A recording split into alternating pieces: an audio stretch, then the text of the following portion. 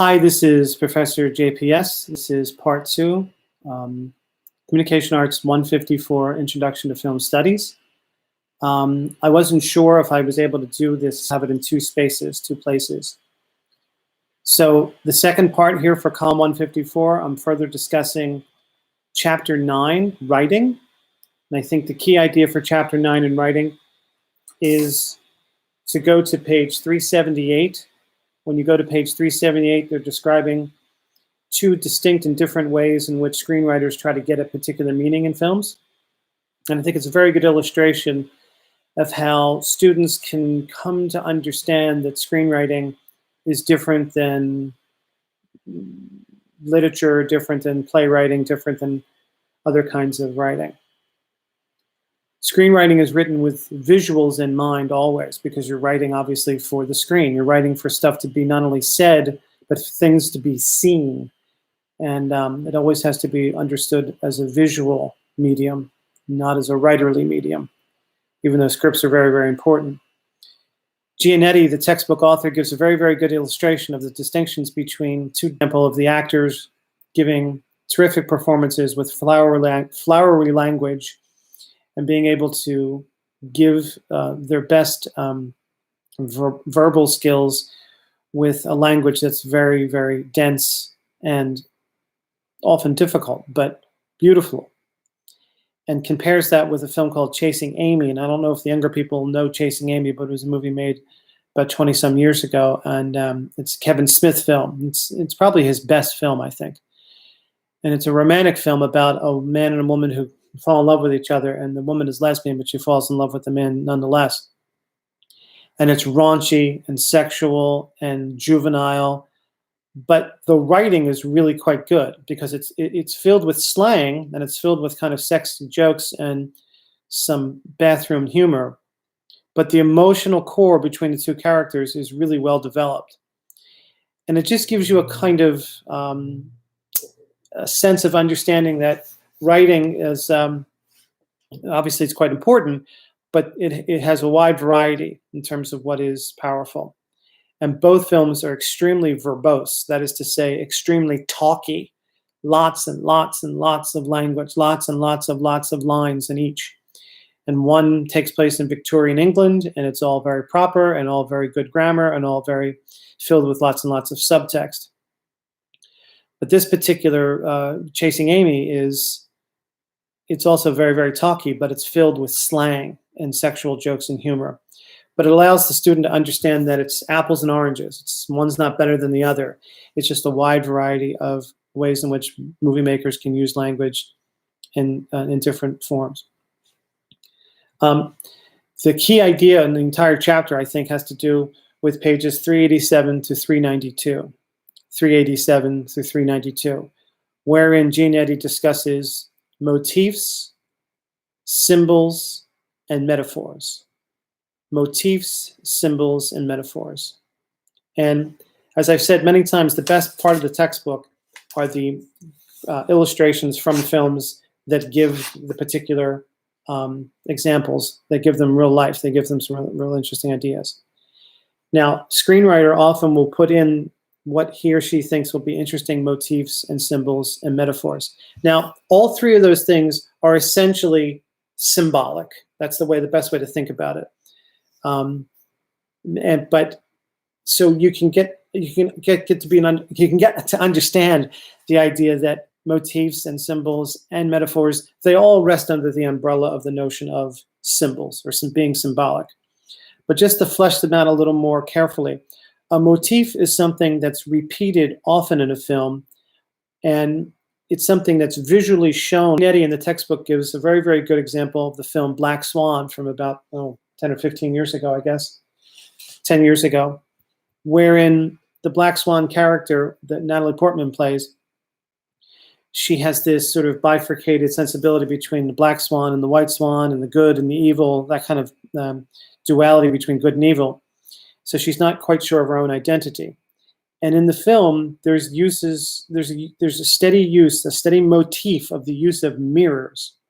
Mirrors are shown all throughout the film, and that's supposed to be this idea that she's looking through a mirror trying to find out her own identity, because when you look into a mirror, you're looking at a version of yourself. And in movies, they're often used symbolically to demonstrate that the person and the reflected person are two different kinds of people, or acting on two different impulses.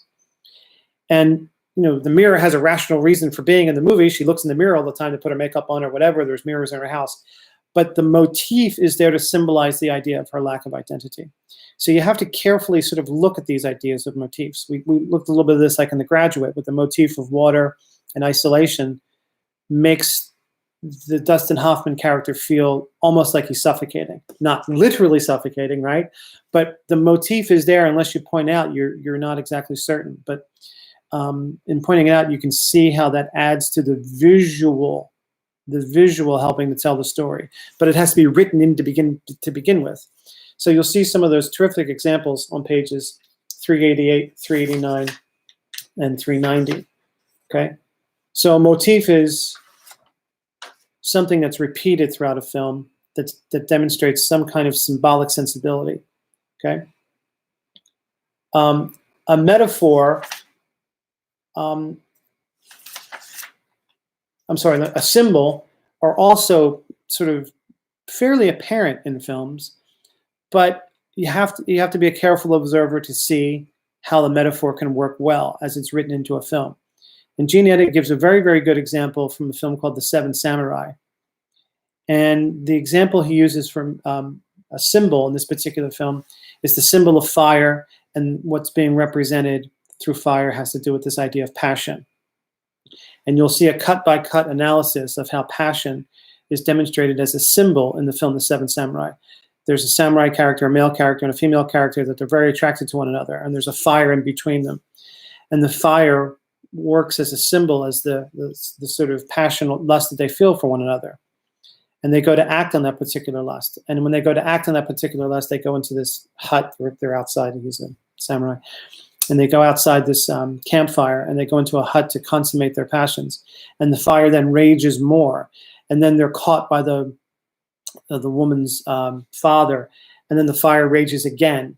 And then samurai walks away.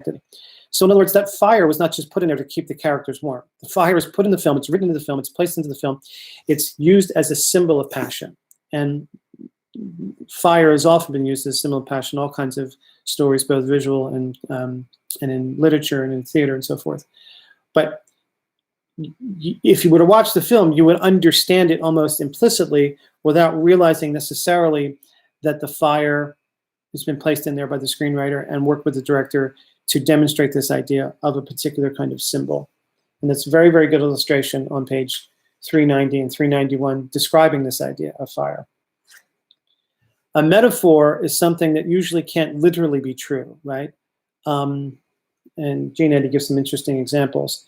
It's some sort of comparison that can't quite literally be true. Like he says, you're torn with love. That's a metaphor, meaning that you're broken up inside, but you're not literally torn, like your heart is not broken, right? If you have a broken heart, it means that someone made you feel very sad because they didn't want you. They didn't actually go into your chest and, cut your heart out. Okay, that's what a metaphor means. It's standing in for meaning for something that literally can't be true. And cinema movie makers and screenwriters use metaphors all the time. One of the best illustrations is from a film called 2001: A Space Odyssey, which was made over 50 years ago, where Stanley Kubrick cuts a prehistoric ape-man-like person who has this bone, this large bone of an animal that he has killed one of his, a person who was trying to get his food, and he's jumping up and down with excitement, and he throws the bone into the air as if to celebrate his victory over his opponent. And right there, he cuts to millions of years later, the same shape, the bone in the air, as to a spaceship from millions of years later. I mean, that's a metaphor for the progress of humankind from being, ape people to then being people who conquered space. It's a beautiful, interesting image, but it literally can't be true that the bone becomes a spaceship. But in movies, it becomes a spaceship in one cut, okay? There's also a very good illustration from the film. I think I may have mentioned this before, the film um, um, Train Spotting, where the Ewan McGregor character wants to get his heroin fix, and the only way he can get his heroin fix is through a suppository. And he's in what's called the filthiest, he refers to as the filthiest bathroom in all of Scotland. And he goes to put the suppository in, in his backside. If you didn't know what a suppository was, it's medicine that you have to take through your anal cavity, if you like. And he drops it in the toilet. And he needs that heroin suppository so bad because he needs a fix, because he's going to lose his mind. The movie then steps from this rather realistic depiction of Ian McGregor inside a bathroom to then he cinematically dives into the toilet. And for a moment or two, we're watching him go through this filthy, crap-filled toilet. I mean, it's not real, right? And into the plumbing, so to speak, to try to get the suppository. Now, that is a metaphor for how bad it is. And it's a moment where the movie becomes not realistic, but rather expressive. And that's also demonstrated here on page 392. So metaphor, symbols, and motifs are ways in which screenwriters place objects, place ideas to help movies demonstrate visual information. So the audience isn't just hearing people talk. The audience is taking in visual information that works on them almost subconsciously. And once you go back and look to see how well movie makers do this, you can get a sense of how metaphor, symbol, and motif work. Now, for today's film, so to speak, today's film is a film called Citizen Ruth from 1996, and it stars Laura Dern. And I want to explain a little bit about this film in terms of text and context. The film is a satire. It's a comedy, even though it's about rather serious issue of abortion rights or the pro-life movement, however you want to define it. Now, it's not my job to get you to think one way or the other about abortion rights or pro-life movement, but it's a battle between the pro-lifers and the abortion rights movements. But it's a comedy. It's a satiric comedy. And satire is, for the lack of a better definition, the way in which you can make fun of a serious subject in order to reveal some of its basic weaknesses. A satire is a way in which you can make fun of a relatively serious subject in order to reveal some of its weaknesses. And this film is made back in 1996, and the context of that era was that the United States was in a pretty decent position, both economically and internationally. There were no wars happening. The economy had taken off in the early to mid-90s with the then tech boom. And when you have a stable economy and a stable foreign policy in place, often the abortion debate rises. No one's talking about abortion right now in terms of the horrors of the coronavirus and some of the economic stuff that's going to be happening as a result of it. But when things are stabilized, the abortion debate rises for political sensibilities on both sides. And that's what this film is really about. It's making fun of the institutions of each side and putting Ruth in the middle. Ruth is a poor woman who lives in Nebraska. Movie maker Alexander Payne, P-A-Y-N-E, is from Nebraska. And this movie takes place in the mid-90s, then contemporary mid-90s. And it has the most ironic opening of any movie in terms of ever seen in terms of romance. It has a gritty, realistic depiction of something. Ruth becomes pregnant, and she already has 4 children on her own that don't live with her. Some live with her brother, others live with the state, others are given up for adoption. And she's just sort of what you call an indigent woman who's also addicted to getting high by spray paint fumes, inhaling spray paint fumes. It's kind of a weird storyline. But she becomes this symbol in the middle of the pro-life and pro-choice movements. And what I want you to watch for in terms of how the motifs work is try to get a sense of how Alexander Payne and his co-writer Jim Taylor use the motif of so-called both sides, visually, both sides. the movie will deploy a kind of shot counter shot often. Like now how I'm looking at you right now, and if we cut to you looking at me, there's a back and forth, straight on frontline shot counter shots. There's a weird shot where she's looking at a kaleidoscope. There's a weird shot where she's looking at her feet in a bathtub, showing both of her feet from one point of view to another. There's a beautiful shot at the end of the film from high above, almost like a godlike shot on top of her head, where her head turns around in one beautiful dissolve. There's a handful of dolly shots moving up and down with abortion protesters and pro-choice protesters back and forth. There's this continual idea of the image being shown one way and then the other, back and forth, back and forth, back and forth. There's even this one funny sequence where she's singing with these two women, and the two women hug her, and Ruth's head's in between the two women, and their head are on the opposite sides. Visually, the motif of opposite sides or both sides cohere, coincide with the idea of both sides of the debate, pro-choice, pro-life, pro-choice, pro-life. So that's what the motifs are in this particular film in terms of trying to get at how the writing is really, really first rate.